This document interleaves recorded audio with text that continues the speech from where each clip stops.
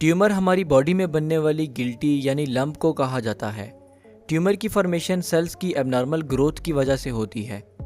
याद रहे कि ट्यूमर हमारी बॉडी की किसी भी लोकेशन और ऑर्गन में डेवलप हो सकता है।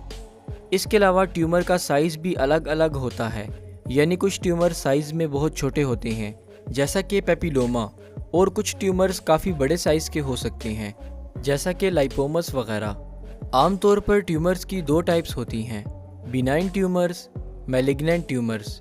बिनाइन ट्यूमर्स ऐसे ट्यूमर्स होते हैं जो सिर्फ एक ही लोकेशन पर ओवर ग्रोथ बनाते हैं।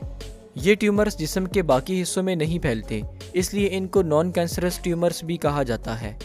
बिनाइन ट्यूमर ज़्यादातर हार्मलेस होते हैं और इन्हें किसी किस्म की ट्रीटमेंट की ज़रूरत नहीं होती, लेकिन बाज़ औक़ात बिनाइन ट्यूमर साइज़ में काफ़ी बड़े हो जाते हैं और आसपास मौजूद ऑर्गन्स पर प्रेशर डालने लगते हैं, जैसा कि मेनिंजियोमस। ऐसे ट्यूमर्स को सर्जरी के ज़रिए रिमूव करना ज़रूरी होता है। सेकेंड टाइप के ट्यूमर्स, जिन्हें मैलिग्नेंट ट्यूमर्स कहा जाता है, काफ़ी डेंजरस टाइप के ट्यूमर्स होते हैं। इनको कैंसरस ट्यूमर्स भी कहा जाता है, यानी ये ट्यूमर्स अपने आसपास के टिश्यू में फैलने की सलाहियत रखते हैं। इसके साथ साथ इन ट्यूमर्स में से कुछ सेल्स अलग होकर लिम्फेटिक वेसल्स या फिर ब्लड वेसल्स के रास्ते बॉडी के दूसरे ऑर्गन्स में भी ट्रैवल कर जाते हैं और जिस ऑर्गन में जाते हैं वहाँ पर भी मल्टीप्लाई होकर ट्यूमर बना देते हैं। जब मैलिग्नेंट ट्यूमर किसी दूसरे ऑर्गन में शिफ्ट हो जाता है तो फिर इस कंडीशन को मेटास्टेसिस कहा जाता है। मेटास्टेसिस को ट्रीट करना बहुत मुश्किल हो जाता है क्योंकि इस कंडीशन में ट्यूमर बनने वाले कैंसरस सेल्स पूरी बॉडी में ट्रैवल कर जाते हैं। चलें अब देखते हैं कि ट्यूमर बनते कैसे हैं। हमारी बॉडी में मुसलसल न्यू सेल्स बनते रहते हैं और ओल्ड सेल्स डिस्ट्रॉय होते रहते हैं।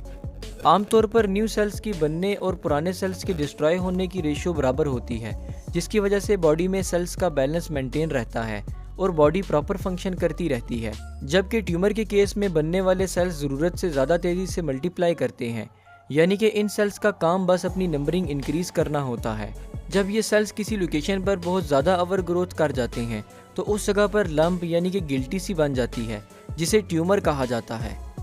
ट्यूमर्स क्यों बनते हैं? इसकी कोई एक कॉज नहीं होती, यानी डिफरेंट लोगों में डिफरेंट कॉजेज़ की वजह से ट्यूमर की फॉर्मेशन हो सकती है, जैसे कि किसी जीन में म्यूटेशन हो जाना, smoking, obesity, radiation exposure, chemical exposure या कोई वायरल इन्फेक्शन वगैरह ट्यूमर कॉज कर सकता है।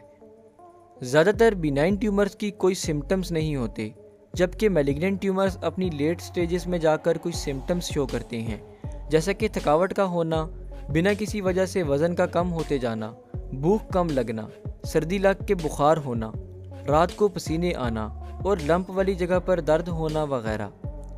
ट्यूमर को डायग्नोज करने के लिए डिफरेंट मेथड्स यूज़ किए जाते हैं, जिसमें सबसे मेन प्रोसीजर बायोप्सी होता है।